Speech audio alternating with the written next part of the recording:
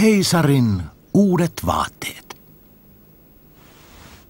Monta monituista vuotta sitten eli keisari, joka piti kauniista vaatteista niin hirveän paljon, että hän kulutti kaikki rahansa koreilemiseen. Ei hän välittänyt sotamiehistään ja teatterista ja huviajelusta puistossa. Hän välitti vain näyttääkseen uusia vaatteitaan. Joka tunti hän muutti takkia. Ja kun muissa maissa sanottiin, kuningas on valtioneuvostossa, sanottiin tässä maassa, keisari on vaatekomerossa.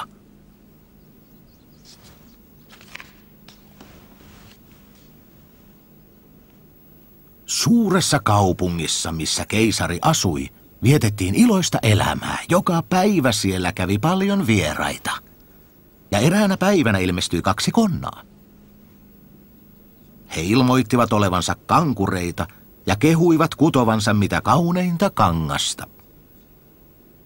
Sekä värit että malli olivat harvinaisen kauniit ja lisäksi oli vaatteissa, jotka kankaasta valmistettiin, kummallinen taika. Ihminen, joka oli kykenemätön hoitamaan virkaansa tai harvinaisen typerä, ei saattanut ensinkään nähdä niitä. Ne vasta ovat vaatteet, ajatteli keisari. Niissä vaatteissa minä heti paikalla saan selville, mitkä miehet valtakunnassani eivät kykene virkaansa hoitamaan. Minä pystyn heti erottamaan, kuka on viisas, kuka typerä. Kudottakoon minulle sitä kangasta kiireen kaupalla. Ja hän antoi petkuttajille paljon käsirahaa, jotta he ryhtyisivät työhönsä. He panivatkin kuntoon 2 kangaspuut ja olivat kovasti tekevinään työtä, mutta ei heidän kangaspuissaan ollut minkäänlaisia loimia eikä kuteita. Siitä huolimatta he yhtä mittaa vaativat hienointa silkkiä ja kalleinta kultaa, mutta he pistivät kaikki omiin taskuihinsa ja hosuivat tyhjien kangaspuiden ääressä myöhään yöhön asti. Olisipa hauska tietää, kuinka työ edistyy, keisari arveli. Mutta muisti samassa, ettei se, joka on typerä taikka kykenemätön hoitamaan virkaansa, näe koko kangasta, ja se tuntui hiukan ilkeältä. Ei hän toki pelännyt itsensä puolesta. Mutta hän päätti kuitenkin lähettää jonkun toisen ottamaan selkoa asiasta. Koko kaupunki tiesi, mikä kumma taika kankaassa oli, ja jokaisen teki mieli nähdä, kuinka typerä tai kykenemätön hänen naapurinsa oli.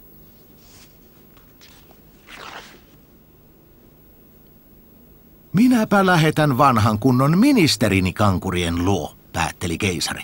Hän osaa parhaiten arvostella, miltä kangas näyttää, sillä hän on viisas mies ja kykenee hoitamaan virkaansa paremmin kuin kukaan muu. Vanha viisas ministeri meni saliin, missä petkuttajat istuivat tyhjien kangaspuitten ääressä. Taivas varjelkoon, ajatteli vanha ministeri ja avasi silmänsä selkosen selälleen. Minähän en näe mitään, mutta sitä hän ei sanonut.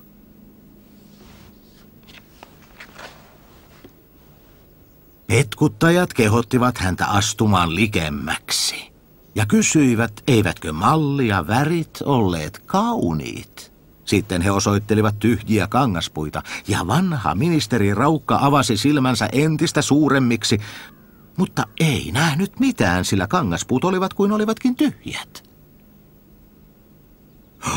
Auta armias, hän ajatteli. Olisinko minä todella typerä? Siitä en ikinä olisi uskonut, eikä ihmisten pidä saada tietää sitä. Enkö minä kykene hoitamaan virkaani? Ei, tämä ei käy laatuun, minä en voi kertoa, etten näe kangasta. No, te ette sano mitään kankaastamme, huomautti toinen kutoja.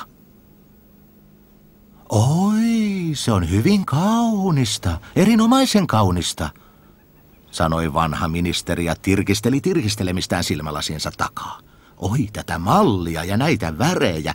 Niin kyllä minä sanon keisarille, että kangas erittäin kovasti miellyttää minua. No sepä hauskaa se, sanoivat kankurit, ja mainitsivat sekä värien että mallien nimet. Vanha ministeri kuunteli korvat hörössä, jotta voisi kertoa kaiken keisarille kotiin palattuaan, ja hän kertoikin. Petkuttajat vaativat yhä enemmän rahaa, silkkiä ja kultaa. Niitä tarvittiin muka kankaaseen, mutta he pistivät kaikki omiin taskuihinsa. Kankaaseen ei tullut ainoatakaan lankaa, mutta miehet kutoa helskyttivät tyhjää, minkä ehtivät.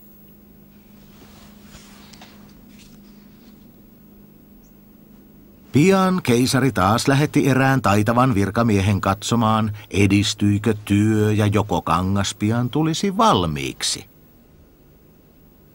Hänen kävi aivan samalla tavalla kuin ministerin.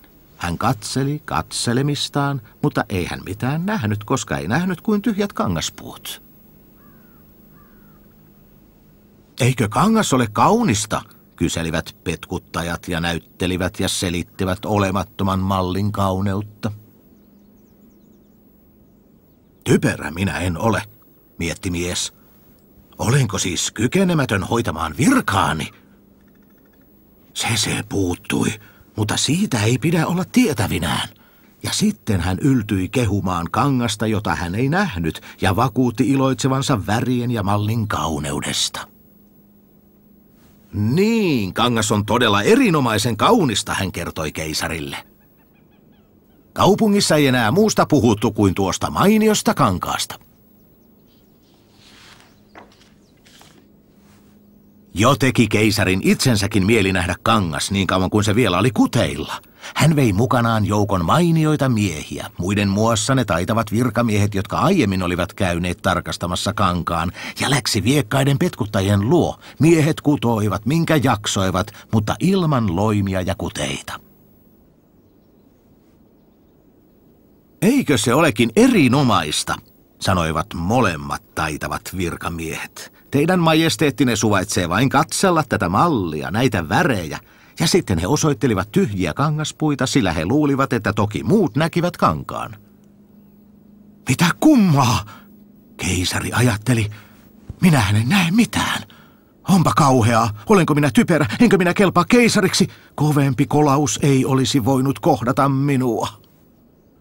Oi, se on erittäin kaunista, sanoi keisari. Ilmoitan kaikkein korkeimman tyytyväisyyteni. Ja hän nyökytti ystävällisesti päätään ja katseli tyhjiä kangaspuita. Hän ei halunnut sanoa, ettei hän nähnyt mitään.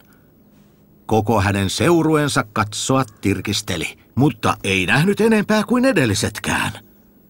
Kaikki he kuitenkin keisarin mukana vakuuttivat, oi, se on erittäin kaunista, ja kehottivat keisaria käyttämään uusia vaatteita siinä suuressa juhlakulkueessa, joka piakkoin pantaisiin toimeen. Se on erinomaista, ihanaa, suuremmoista, kuului suusta suuhun, ja kaikki olivat kankaaseen erittäin mieltyneet. Keisari antoi molemmille petkuttajille napin lävessä kannettavan ritarimerkin sekä kankurijunkkarin arvonimen. Juhlan piti alkaa aamupäivällä, ja koko edellisen yön valvoivat petkuttajat ja tekivät työtä 16 kynttilän valossa. Kansa saattoi nähdä, että keisarin uusilla vaatteilla oli kiire.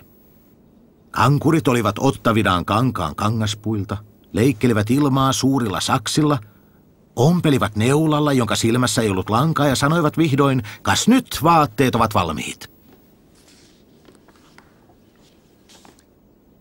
Keisari ja hänen ensimmäiset hoviherransa tulivat paikalle.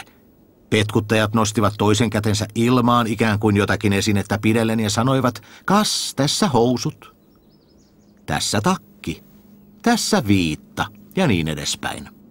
Ne ovat kevyet kuin hämähäkin verkko, luulisi pukevansa tyhjää ylleen, mutta sehän juuri on niiden ansio. Niin kyllä, sanoivat hoviherrat, mutta eivät nähneet mitään, sillä eihän ollut mitään. Jos keisarillinen majesteetti suvaitsisi kaikkein armollisimmin riisuutua, sanoivat petkuttajat, niin me peilin edessä pukisimme majesteetin uusiin vaatteisiin. Keisari riisui kaikki vaatteensa, ja petkuttajat olivat ojentavinaan uusia vaatteita, jotka he muka olivat ommelleet. Ja keisari kierteli he ja käänteli he peilin edessä. Hyvänen aika, kuinka ne sopivat hyvin, kuin valetut, kuului yhdestä suusta. Mikä malli, mitkä värit, onpa verraton puku.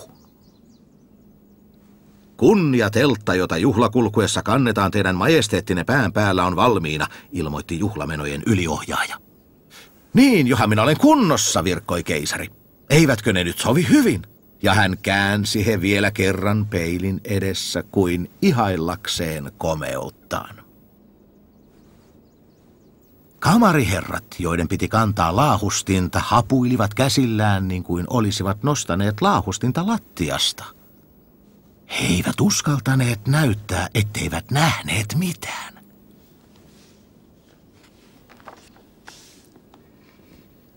Ja keisari asteli juhlakulkuessa kauniin kunniateltan alla, ja kaikki ihmiset kaduilla ja ikkunoissa sanoivat, herranen aika, kuinka koreat kuinka kaunis laahustin viitassa on, voi sentään kuinka ne sopivat hyvin. Ei kukaan tahtonut ilmaista, ettei nähnyt mitään, sillä samalla hän olisi ilmaissut olevansa hyvin typerä. Keisarin vaatteet herättivät valtavaa ihastusta.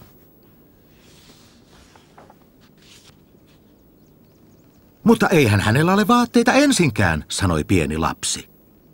Herranen aika, kuulkaa nyt mitä se vihaton lapsi sanoo, virkkoi isä, ja lapsen sanoja kuiskattiin suusta suuhun.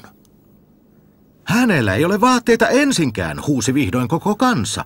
Ja keisarin selkää karmi, sillä hänestäkin kansa oli oikeassa, mutta hän ajatteli, kyllä minun nyt täytyy kestää tämän loppuun asti.